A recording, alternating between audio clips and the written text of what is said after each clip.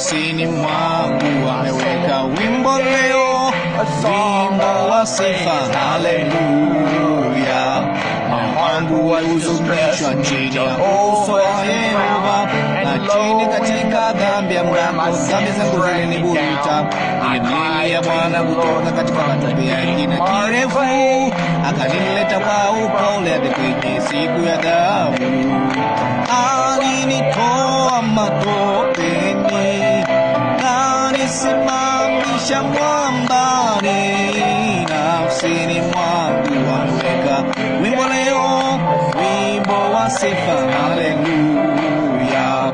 Aliniweka kwenye mwamba imara kando yake, hatua zangu zilithibitika, nami nitadumu hapa. Hakuna hatari ya kuanguka nikiwa hapa, bali nimesimama kwa neema yake, atanipate taji. Amina. Alinitoa matopeni, kanisimamisha mwambani, nafsini mwangu ameweka wimbo leo, wimbo wa sifa, haleluya. Alinipa wimbo mpya, wimbo wa sifa, usiku na mchana, nyota zake tamu nitaziimba. Moyo wangu umefurika, nina furaha na huru, kumsifu mkombozi wangu aliyeniokoa.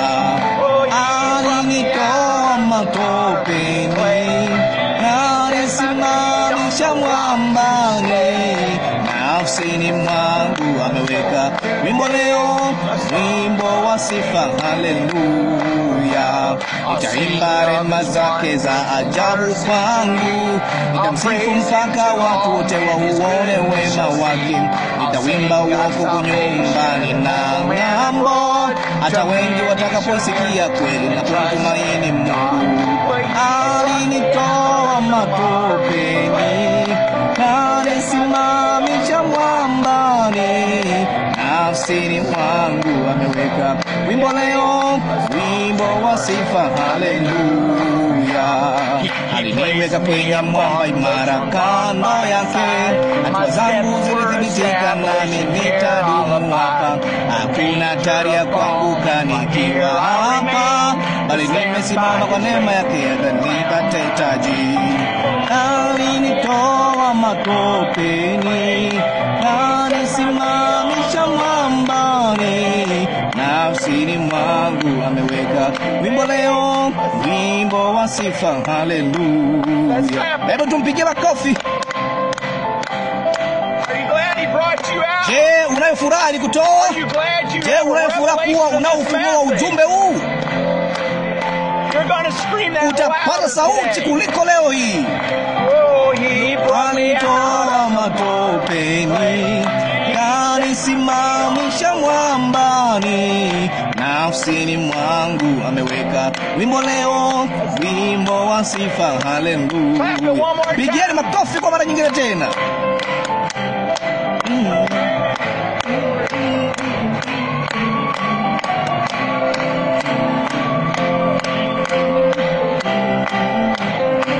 Jina Bwana lihimidiwe.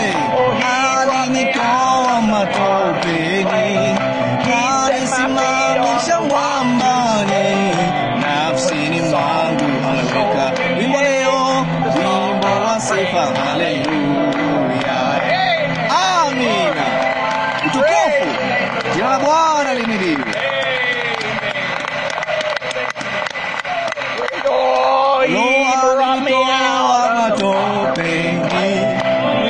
Kanisimamisha mwambani, nafsini mwangu ameweka wimbo leo, wimbo wa sifa, haleluya. Ndio wetu wa pili tena. Aliniweka kwenye mwamba imara kando yake, hatua zangu zilithibitika, nami nitadumu hapa. Hakuna hatari ya kuanguka nikiwa hapa, bali nimesimama kwa neema yake, atanipate taji.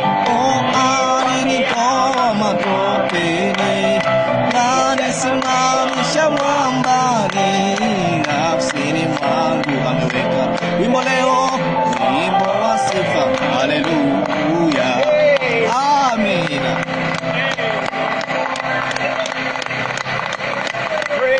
Jina la Bwana lihimidiwe. Let's get a hallelujah out of you.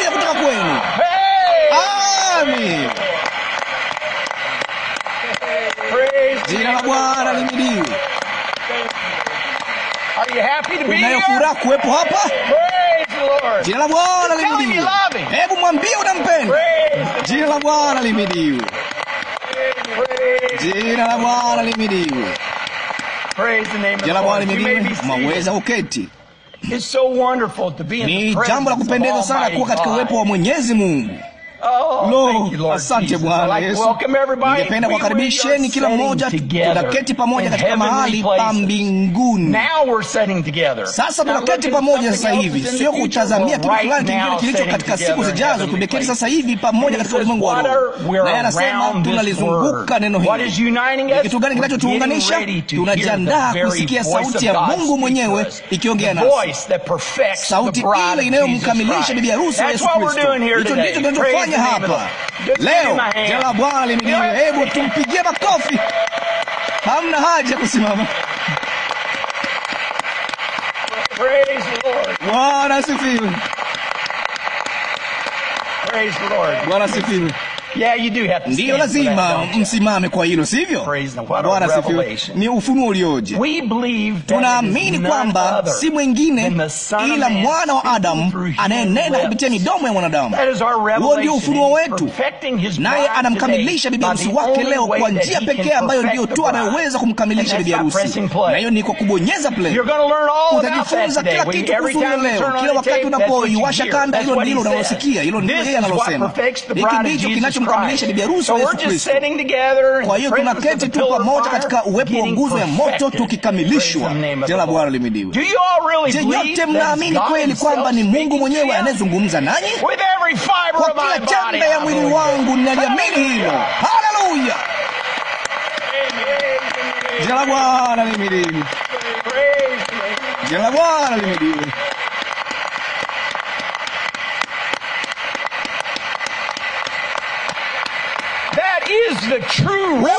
Ndio ufunuo wa kweli wa Yesu Kristo katika siku hii. Papo hapo.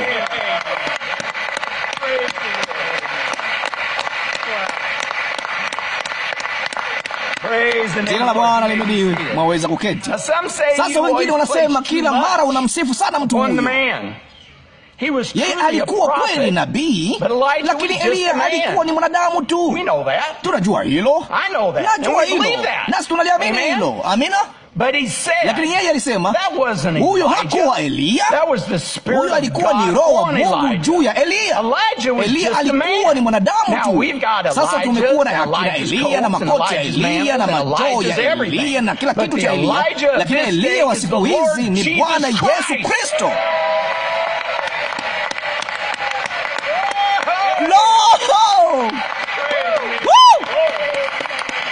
Amina.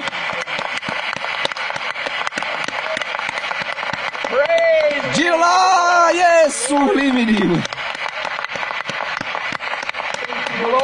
Utukufu. Asante Bwana.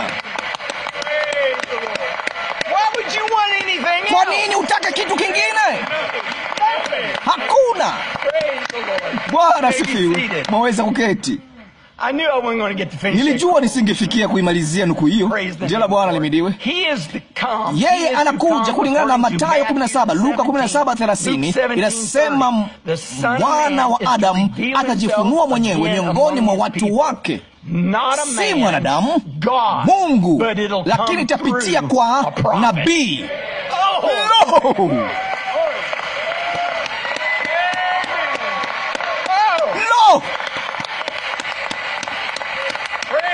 Bwana asifiwe.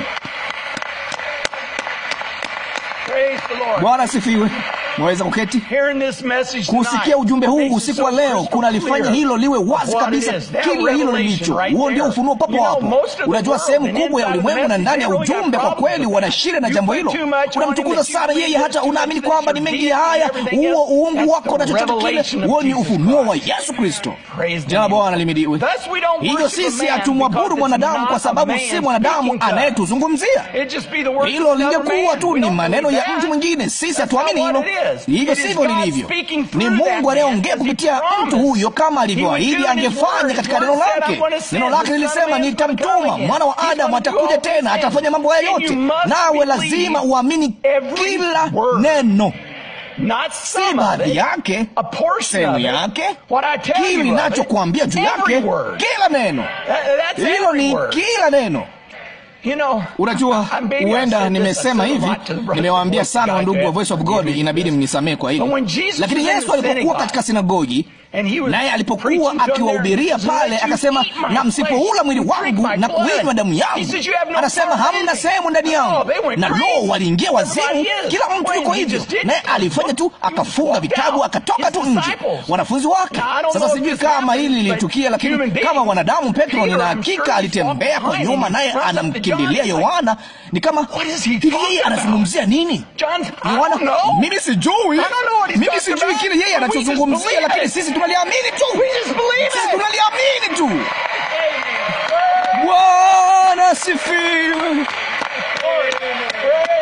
Bwana asifiwe.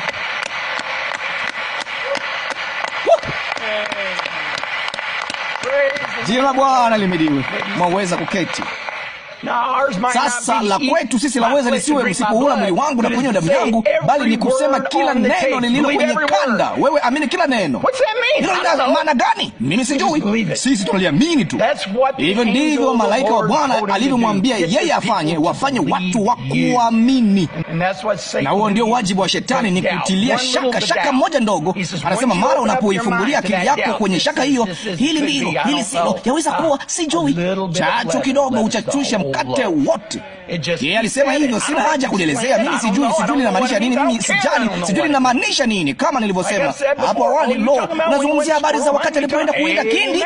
Amina. Ninaamini kweli kwamba nabii wa Mungu alikuwa hapa, nami labda nimelisema hili hapo awali, lakini inafaa kulirudia kwamba ikiwa ndugu Branham alikuwa hapa na Joseph, kulikuwa nilisema endelea, alichukua hilo, liache tu jinsi lilivyo mwanangu.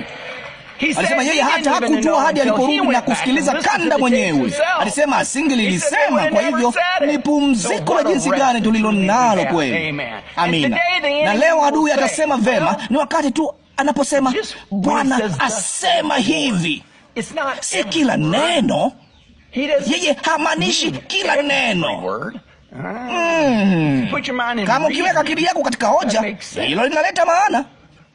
Najua ni vigumu kujiondoa katika tabia ili kufikiri jinsi wao wanavyofikiri, lakini hivyo ndivyo wao wanavyofikiri. Na maanisha, unajua ndugu Branham aliposema aenda kuwinda kindi, ilikuwa jambo zuri kuwepo hapa na kila kitu kingine. Yeye hakumaanisha jambo hilo. Sema hilo linaleta maana. Yeye amekunasa papo hapo. Umeifungua akili yako. Kwa hivyo ni lipi lisilo na lipi ndilo? Na nataka kuambia kipi ndicho na kipi kisicho. Ili ni baya kuliko ule upako. Ili ni Bwana asema hivi, hilo si Bwana asema hivi. Upuuzi. Hata inabidi uwe na mhudumu wa kukufasiria wewe neno. Sisi ndio watu wa mafuta wa kuwaambieni kipi ndicho na kipi kisicho. Tutaanzia hili ni Bwana asema hivi, hili si Bwana asema hivi. Sisi ndio wapoko mafuta na tunao ule ufunuo wa kweli wa kuelezea ninyi jambo hilo. Ukifungua akili yako nawe ujui, nani atakuambia? Hapa ndipo yeye anapoingilia. Sasa mara tu yeye anapoyasoma maandiko, hiyo ni Bwana asema hivi. Huo ndio ujumbe wote, ni ujumbe kwa bibi harusi wa Yesu Kristo. Hiyo kama ndivyo, ni mbegu ya hitilafu. Kwa maana Mungu ameiandaa njia, ametoa mwelekeo, ameandaa wakati, naye amemwandaa mjumbe kwa ajili ya bibi harusi wake. Naye amesema pia halina budi kuja kwa mtu aliyechaguliwa na Mungu, si mwenye kuchaguliwa na madhehebu, si wa kuchaguliwa na watu, lakini kulingana na uchaguzi wa Mungu. Na kama ni ujumbe kutoka kwa Mungu, wa ufunuo mkuu kutoka kwa Mungu, hauna budi kuja kwa nabii wake. Haihitaji Mungu, haihitaji yeyote wetu kufasiri neno lake. Mungu hujifasiria mwenyewe. Mungu hujifasiria mwenyewe. Haihitaji seminari zetu, haihitaji hekima yetu. Ni upuuzi. Jina la Bwana limidiwe. Yote ni upuuzi. Si wewe wa kutuambia sisi, Mungu ndiye wa kutuambia sisi. Ni kitu kimoja na Bwana wetu Yesu Kristo. Roho huyo amekuwa maeneo haya kila wakati, nasi tutalisikia hilo leo kama tukifungua masikio yetu na akili yetu ya kiroho na kusikiliza kile nabii huyu anachotuambia. Kumradhi. Lakini ilikuwa katika siku za mfalme Daudi. Wakati yeye alipokuwa hapa, alisema alipata ufunuo huo mkuu pia. Alisema lakini kulikuwa na nabii katika nchi. naye kamwe hakumtaka shauri nabii yule aliyethibitishwa ambaye aliteuliwa na Mungu, Nathani. Alisema alipaswa kwenda kwa Nathani, lakini yeye alikuwa akiwasikiliza watu wake wa karibu na marafiki wote na kila mtu mwingine, na kutaniko lote ilisikika kama ni mpango mzuri, kwa sababu yeye alikuwa na neno. Hapa ndipo linapaswa kuwa, hivi ndivyo linavyopaswa kuwa. Alikuwa na neno, lakini haukuwa mpango wa Mungu. Nabii wa Mungu hakulisema hilo, kwa hivyo halikuwa sahihi. Ni pale tu nabii wa Mungu anapolinena ndiyo linakuwa ni kweli. Bwana asifiwe.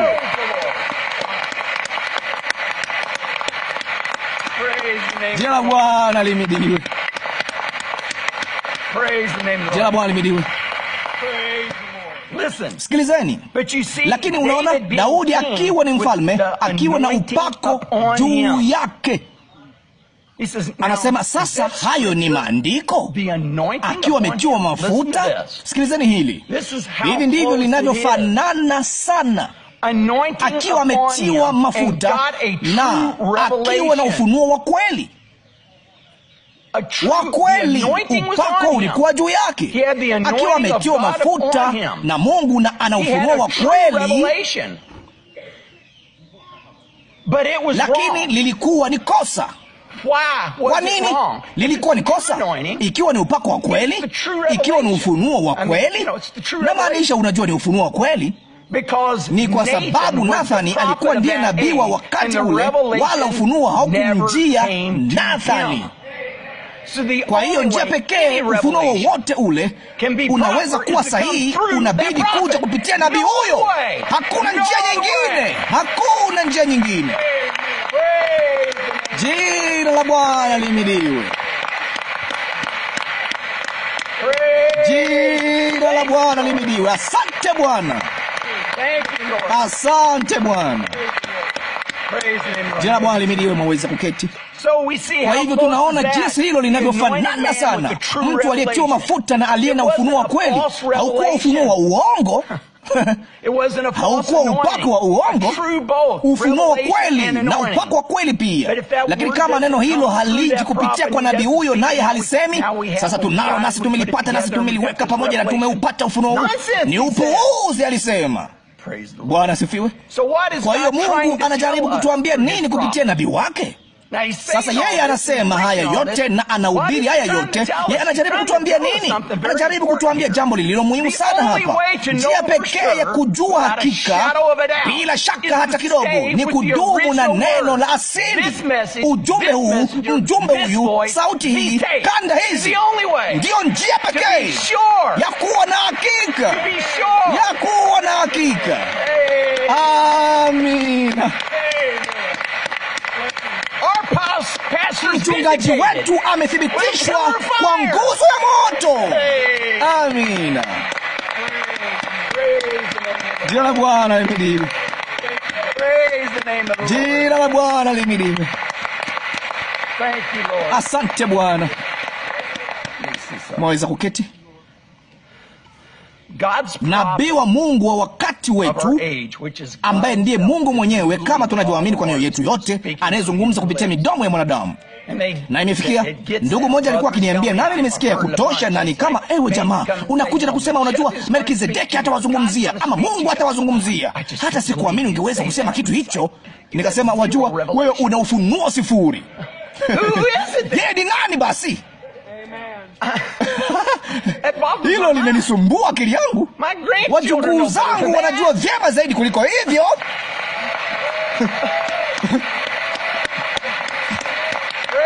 Jina la Bwana lihimidiwe. Jina la Bwana lihimidiwe. Jina la Bwana lihimidiwe. Mwaweza kuketi. Yeye hakuwahi kusema baada ya mimi kuondoka nitawatumia kundi la watu, nao watawafasirieni na kuwafafanulieni ufunuo wa kweli wa ujumbe huu na neno.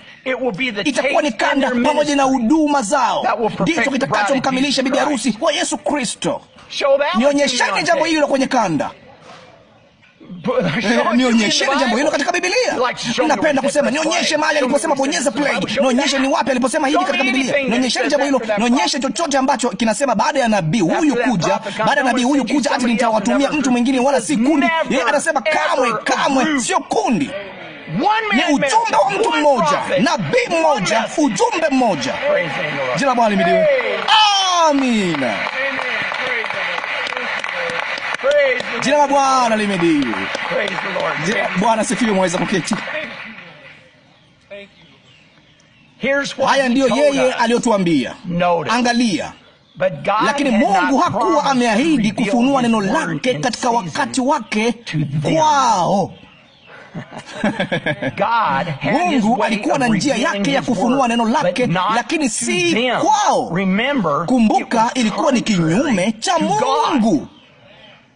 Kisha anaendelea na kusema, unasema mimi ni mhudumu, nimetiwa mafuta. Basi dumu kuwa mhudumu, usijaribu kuwa nabii.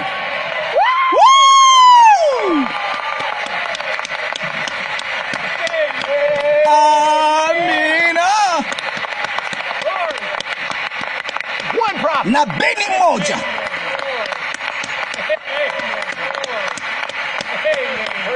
Jina la Bwana lihimidiwe. Si ndio hivyo? Jina la Bwana lihimidiwe.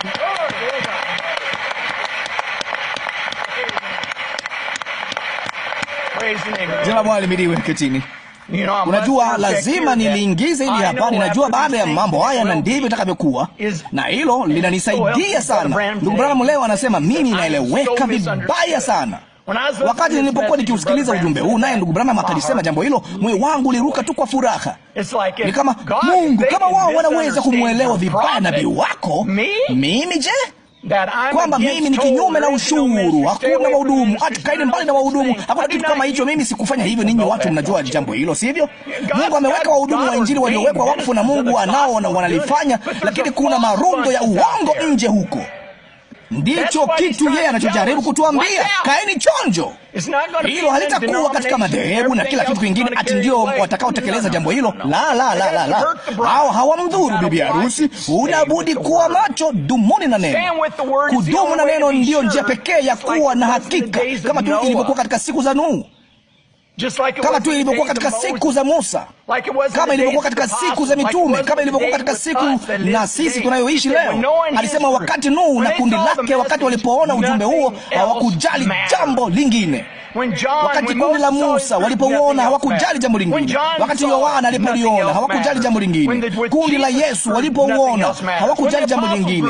Wakati kundi la mitume, hawakujali jambo lingine. Wakati kundi la Luther, kundi la Wesley, kundi la Pentecost walipouona, hawakujali jambo lingine. Waliacha kila kitu. Kwa kutangulia kwake kujua, yeye aliyachagua tangu zamani mambo haya kutukia. Mara unapouona ujumbe wa wakati huu, hakuna kitu kingine unachoweza kuona ila huo. Ni hayo tu, vitu vingine vyote vinatoweka. Vilivyosalia ni kijazio tu. Mara unapoona ujumbe, vyote ni vijazio. Jina la Bwana lihimidiwe. Jina la Bwana lihimidiwe. Jina la Bwana lihimidiwe. Mweza kuketi. Hapa ndipo haya yanapofanana sana katika wakati wa mwisho. Loho, ndugu Branham.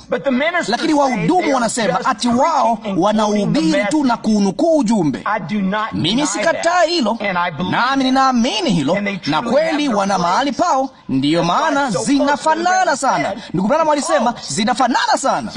Kwa hiyo itaonekana daima kama ninapinga wahudumu na kila kitu kingine, na upaswa kuwasikiliza na kila kitu kingine. Siseme hivyo. Alisema papa hapa, anasema lakini unapaswa kuwa mwangalifu na kile wanachosema. Nami sikatai kwamba wanafanya hivyo, lakini wao wanasema sisi tunamnukuu tu ndugu Branham, tunahubiri tu nukuu, tunauleta ujumbe. Lakini wanaposema ati inahitaji zaidi ya kanda peke yake haziwezi kumkamilisha bibi harusi wa Yesu Kristo. Pia inahitaji wahudumu kukufikisha katika ufunuo mkamilifu wa ujumbe huu. Ati siku za ujumbe wa mtu mmoja zimekwisha. Huo ni upako mbaya. Huo ni ufunuo mbaya. Yeye kamwe hakuwahi kusema hivyo. Huko ni kuongeza. Hayo ni sehemu ya, lakini sio lazima uwe nayo. Unabudi kuwa na ujumbe na unabudi kuwa na hili. Hilo ni kinyume na neno. Kisha tuna wale wanaosema kuna kila aina ya makosa katika ujumbe huu. Mbona unaufuata ujumbe basi? Wao hawaufuati. Wewe huufuati ujumbe. Anasema naweza kulithibitisha hilo. Nina kurasa na kurasa na kurasa za makosa ya yale aliyosema. Si kila neno. Halafu ninyi watu ni kundi la waabudu Mungu mtu. Hata hivyo, upako mbaya, ufunuo mbaya, huo sio ujumbe sisi tunauamini, na hivyo sivyo neno linavyosema. Hebu tuone kile yeye alichosema kuhusu hilo. Haina budi kuwa ni kila neno la Mungu. Si karibu tu kila neno, lakini kila neno la Mungu. Ni rahisi hivyo tu. Hii hapa tofauti yake. Leo katika hizi huduma, leo utasikia wewe mwenyewe. Hiyo inapaswa kutosha papo hapo. Mtasikia wenyewe leo yale hasa yule mjumbe aliyosema. Utasikia kwa masikio yenu wenyewe, na utajua kwa kusikiliza neno wewe mwenyewe. Unapolisikiliza neno kuhusu kile nilichosema, je, nimenukuu vibaya? Je, nimeliweka mahali pasipo pake? Je, nimewapotosha kwa haya niliyosema? Yeye atawapa ufunuo wa kweli wa ujumbe huu. Ninashukuru hilo ndugu, ni kwamba vema mwanangu alinijia na kusema nataka kupata nukuu hii na nipate nukuu hii, nipate nukuu hii. Nenda magotini na upate ufunuo, kwa sababu inaweza kuwa nukuu. Tunazo nukuu, tunaziamini nukuu, lakini ni ufunuo wa Yesu Kristo. Amina. Amina. Bwana sifiwe. Ketini. Je, mko tayari? Kwa sababu leo mtasikia Mungu akinguruma. Yeye atanena, atawaambia yote kuhusu ule mlipuko na miamba, atawaambia kuhusu visulisuli, atawaambia kuhusu malaika saba, atawaambia juu ya wale malaika saba kugeuka ukungu na kupanda juu katika wingu kupitia kote Marekani, malaika mbinguni, na ulimwengu wote ungeweza kuliona hilo. Atawaambia kuhusu ule upanga, ule upanga wa yule mfalme, si mfalme, upanga wa yule mfalme ulienea katika mkono wake kikamilifu. Alisema lilikuwa neno, nalo likaenea mkononi mwake. Alikuwa na neno. Atatuambia kuhusu upako wa kweli, upako wa uongo. Yeye atatuambia mambo mengi sana, lakini basi lililo bora kuliko vyote kwa ajili yetu leo, atazungumza nasi moja kwa moja leo. Tarehe 8 mwezi wa 12, 2019.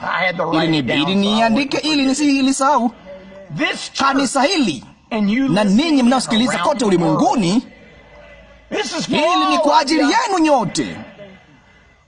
Anaposema wao wanaposema ati huwezi kufanya nyumba yako kuwa kanisa, ati hilo halimo katika neno ama kwenye mawasiliano ya simu, ati hilo si kanisa, ati hata uamini kwenda kanisani. Hilo limesemwa sana. Kama mimi siamini kwenda kanisani, kwa nini basi niwe na kanisa? Sasa ndugu Branham alisema hivyo, ninalisema jambo lile lile. Lakini kanisa lako liko wapi? Tulikuwa nayo kila mahali nchini, yameunganishwa hivi majuzi usiku. Kila maili 200 mraba kulikuwako na kanisa langu, na bado tunafanya hivyo. Bado tungali tunaunganishwa kwa simu. Amina. Jina la Bwana lihimidiwe. Jina la Bwana lihimidiwe.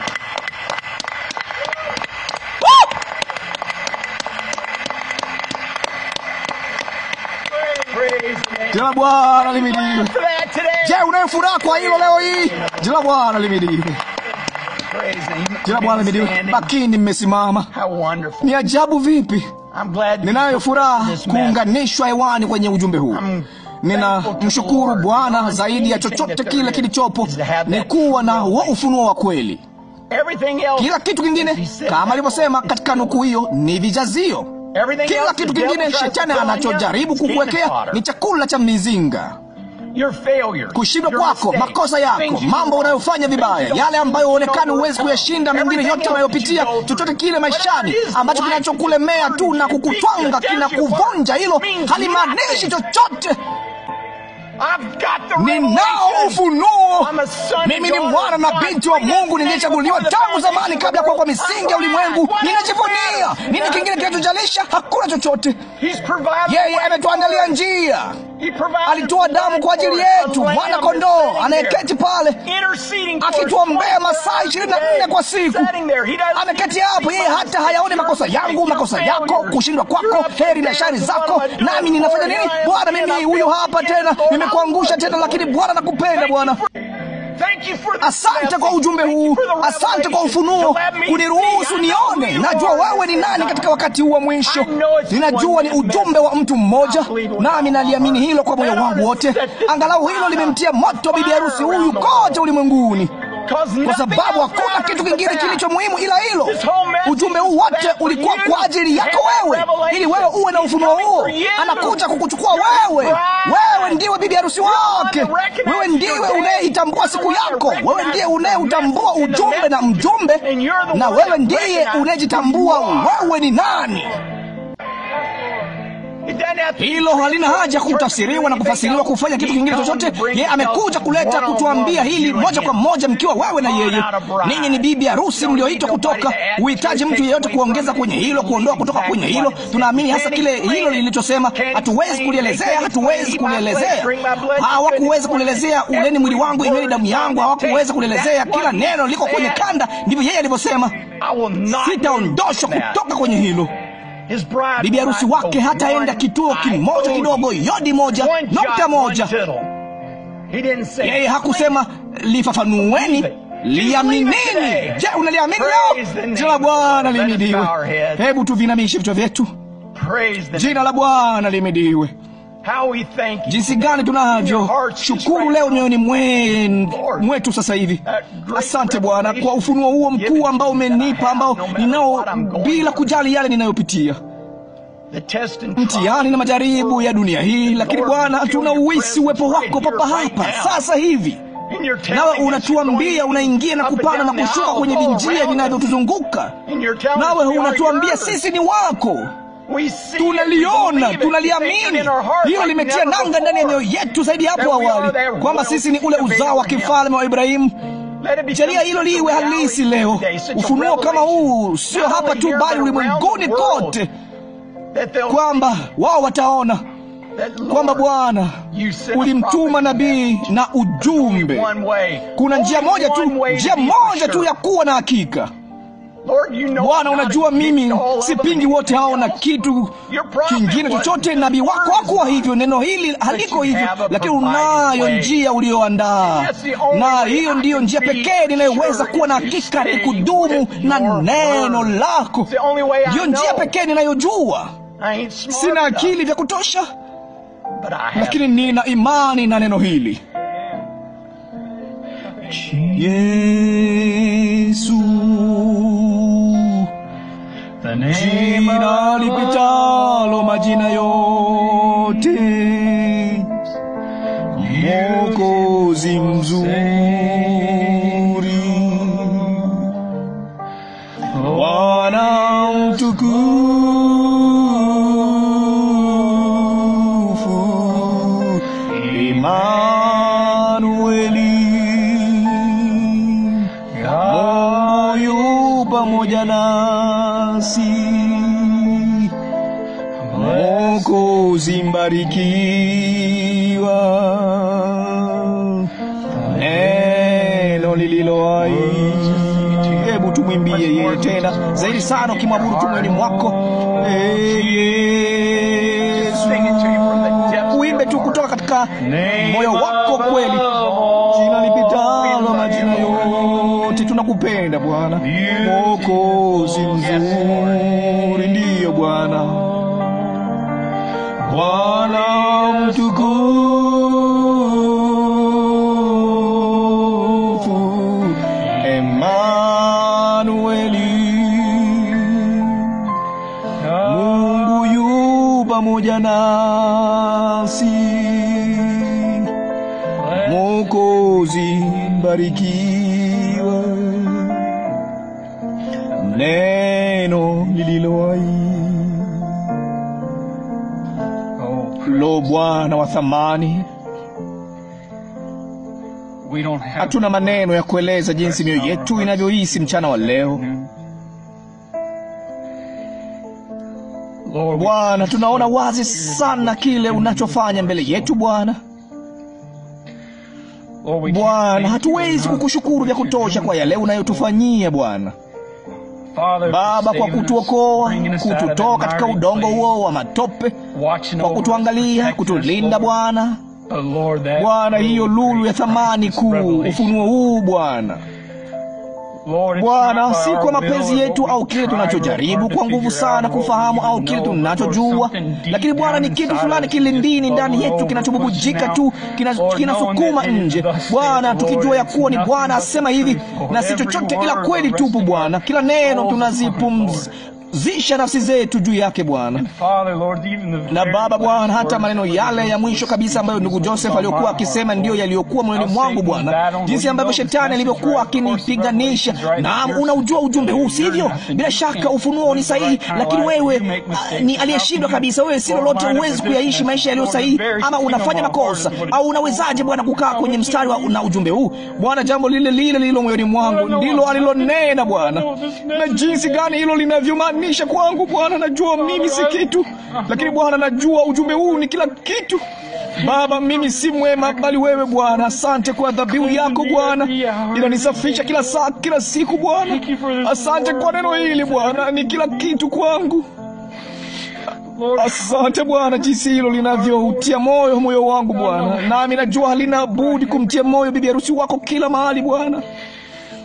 Baba, nasubiri kwa shauku kuingia katika ujumbe huu Bwana. Ni siku kuu iliyoje Bwana, itakuwa kama vile ilivyokwisha kuwa Bwana. Jinsi gani imani yetu ilivyoinuliwa Bwana. Tunajua bila shaka hata kidogo tunaposikia habari za asubuhi marafiki, ni nani anayezungumza nasi Bwana.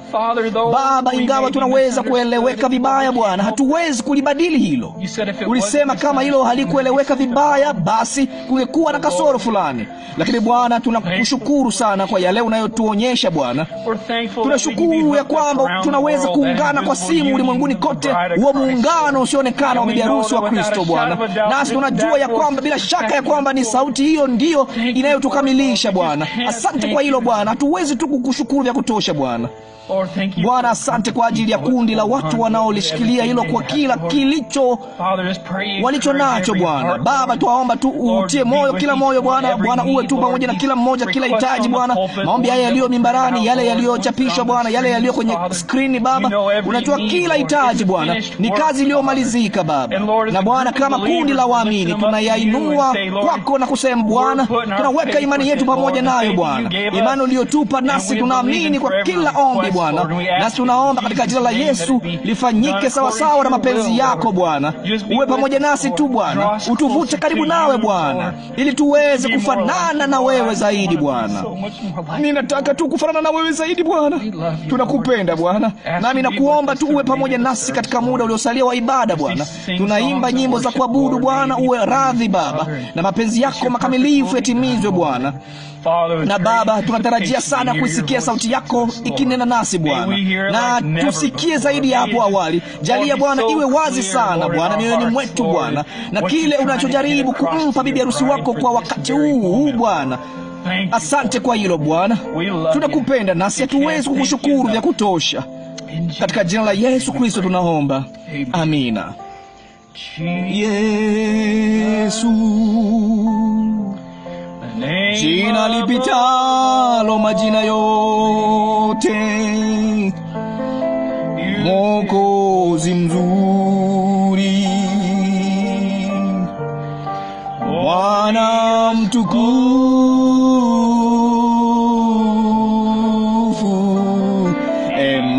Emanueli, Mungu yu pamoja nasi. Mwokozi mbarikiwe, neno lililowahi. Tumwabudu kwa mara nyingine tena. Oh Yesu, jina lipitalo majina yote, Mwokozi mzuri, Bwana mtukufu,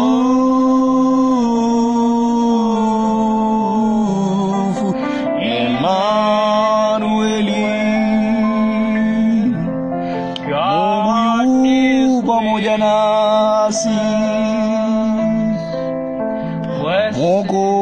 Barikiwa neno lililo hai. Jina la Bwana lihimidiwe. Mwaweza kuketi.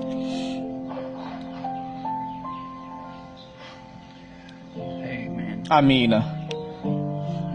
Moyo wangu umetiwa moyo sana. Ninashukuru sana kuhusishwa na kundi la watu wanaoamini imani moja ya thamani, wanaoshikilia kila neno.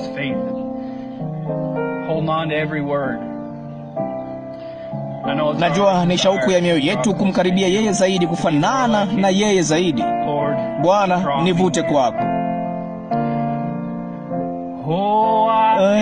Bwana, mimi ni wako na nimesikia sauti yako, nayo imeniambia upendo wako kwangu.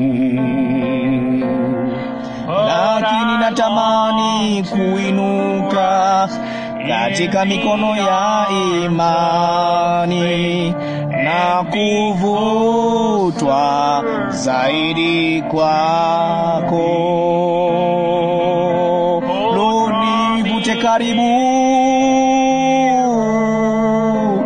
karibu zaidi. Bwana, mbarikiwa pale msalabani ulipofia. Lo, nisogeze karibu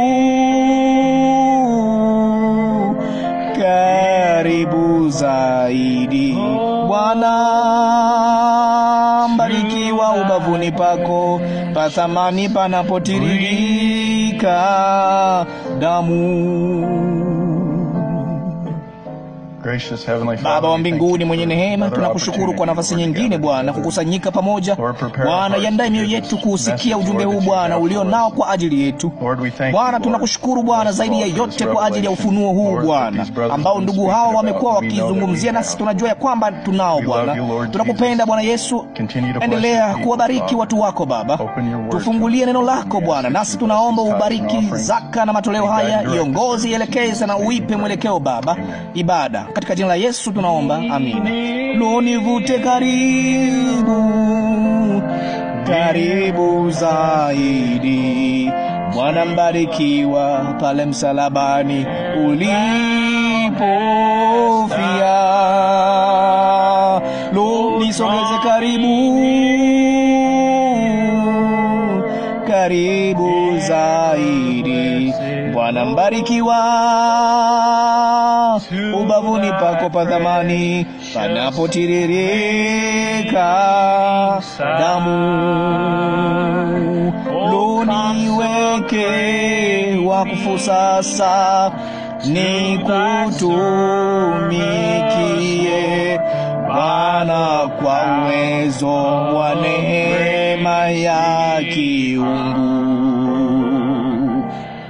Jalia roho yangu itazame kwa tumaini thabiti, na mapenzi yangu yapotele katika yako.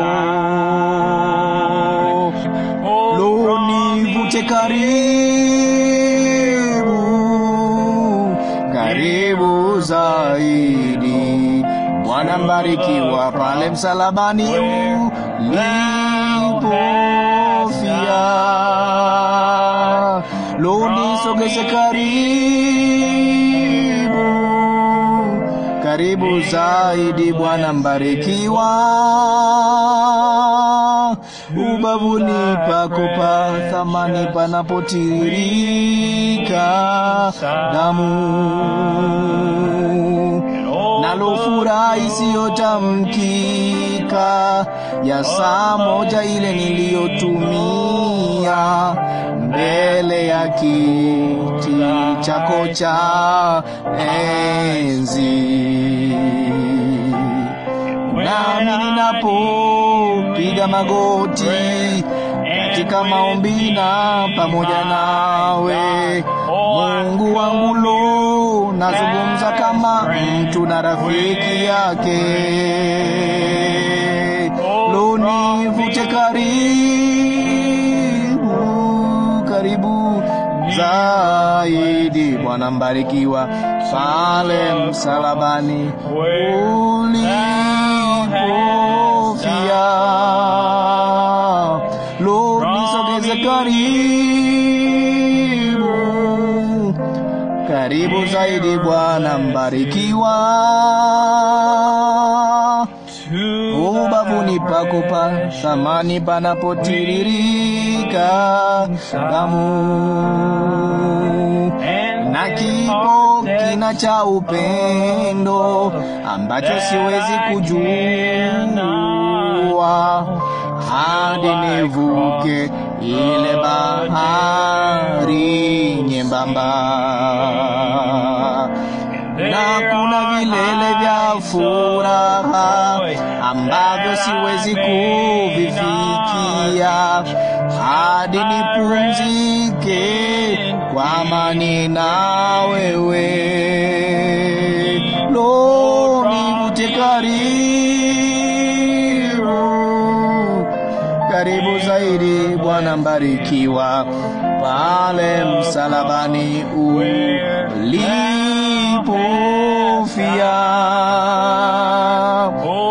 Lo, nisogeze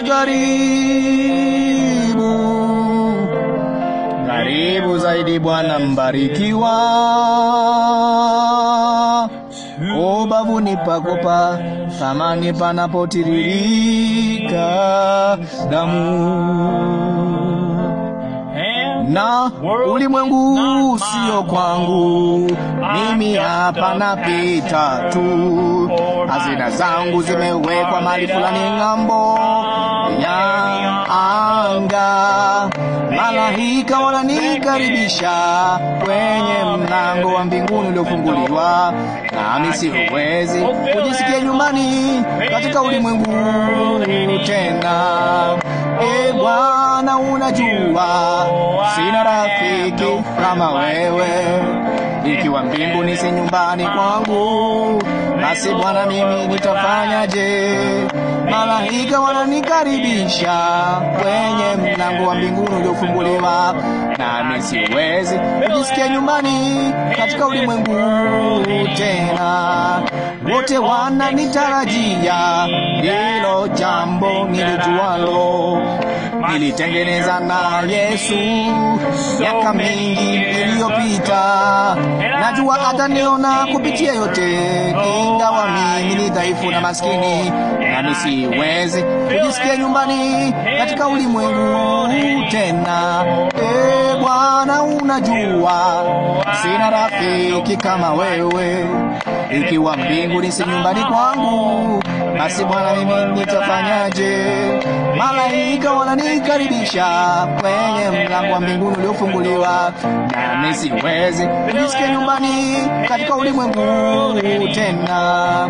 Huko katika nchi ya utukufu tutaishi milele. Watakatifu kila upande wanapaza sauti ushindi, nyimbo tamu za sifa, urindima pwani ya mbinguni.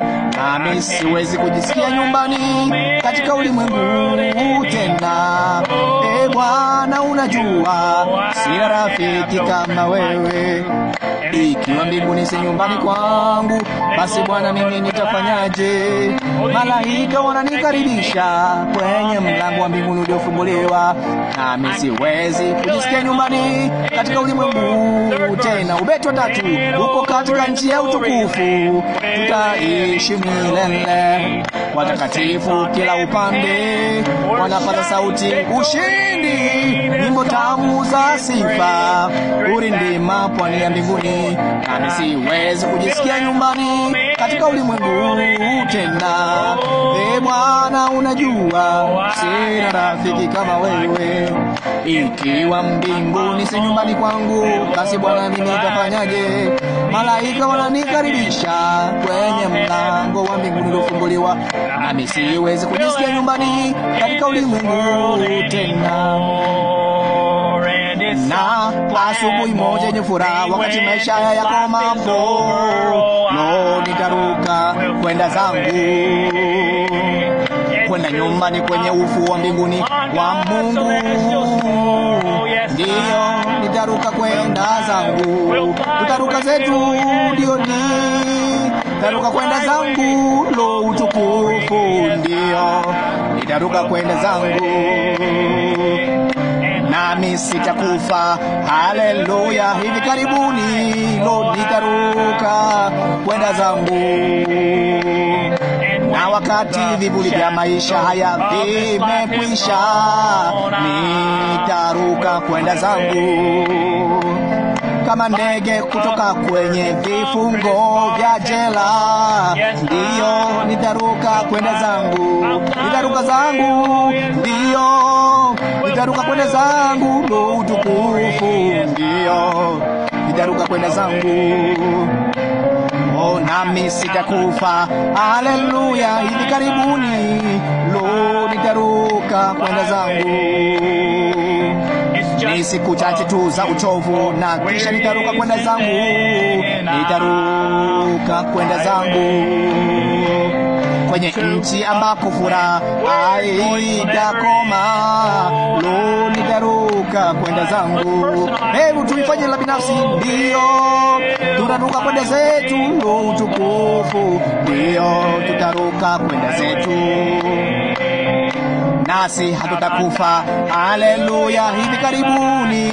Lo, tutaruka kwenda zetu. Nitaruka zangu, ndio nitaruka kwenda zangu. Lo, utukufu ndio nitaruka kwenda zangu.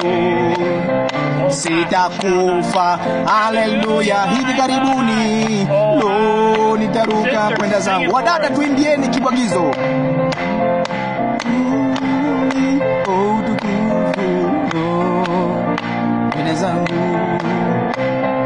Nami sitakufa, haleluya, hivi karibuni. Oh, nitaruka. Safi sana. Haya wandugu, ndio nitaruka kwenda zangu. Lo, utukufu ndio nitaruka kwenda zangu. Sitakufa, haleluya, hivi karibuni. Lo, nitaruka kwenda zangu. Tupate sauti zetu sote. Ndio nitaruka kwenda zangu. Lo, utukufu ndio nitaruka kwenda zangu. Sitakufa, haleluya, hivi karibuni. Lo, nitaruka kwenda zangu. Amina.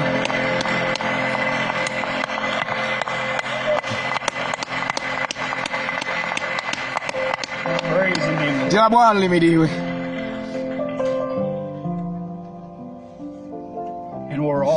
Na sote tutaondoka kwa sababu moja. Hiyo sauti ya Malaki 4 ili tutambulisha kwa Yesu Kristo.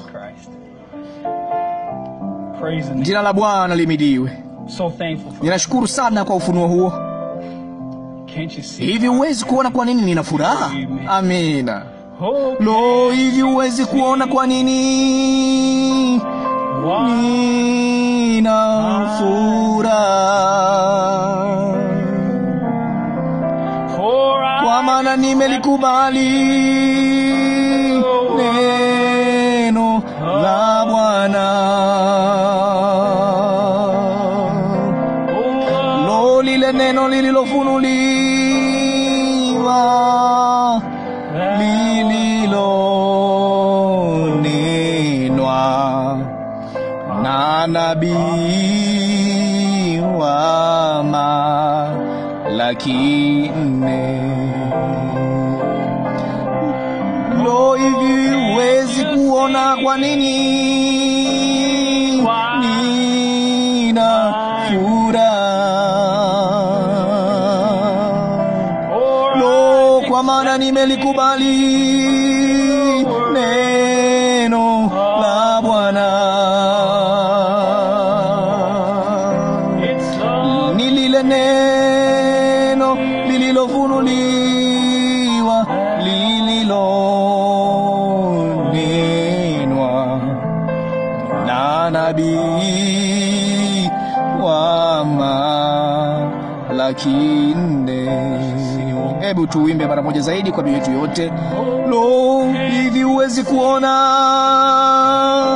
kwa nini nina furaha? Bwana, nimelikubali neno la Bwana.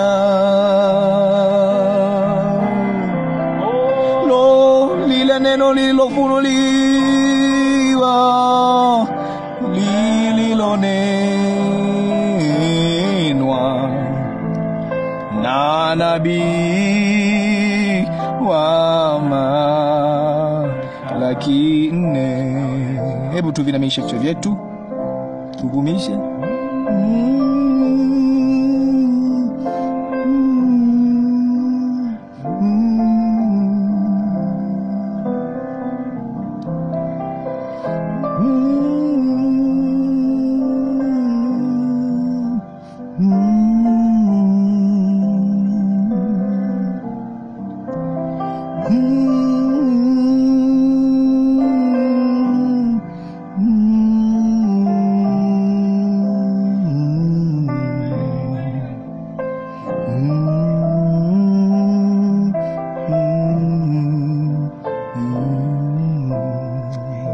Amina.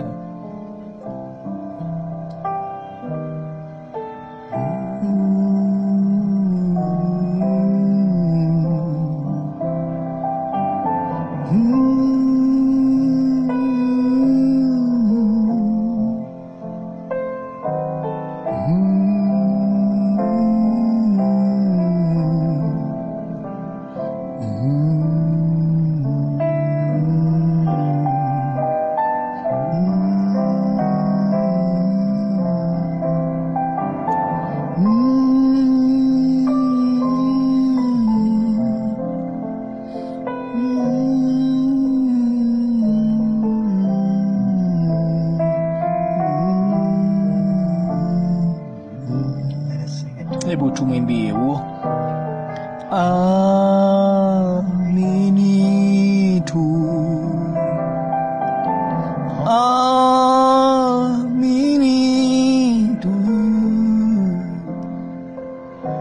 yote yawezekana. Amini tu, amini tu, amini tu, na mambo yote yanawezekana. Amini tu. Jina la Bwana lihimidiwe. Kwa neema yake tunaliamini. Mwaweza kuketi. Kwa mara nyingine tena, ni upendeleo mkubwa vipi kwetu kukusanyika pamoja, kuungana pande zote. Je, imani yako imejengeka? Je, uko tayari kuisikia sauti ya Mungu? Sauti ya Mungu kutoka kwa Mungu mwenyewe. Sio sauti ya mwanadamu. Ni sauti ya mwanadamu tuisikiayo, lakini hilo si neno la mwanadamu. Ni maneno ya Mungu kwa bibi harusi wa Yesu Kristo. Mungu awabariki. Hebu na tumkaribishe nabii wetu, mjumbe wa Mungu, mwana wa Adamu, akizungumza na bibi harusi wake. Amina. Karibu ndugu Branham.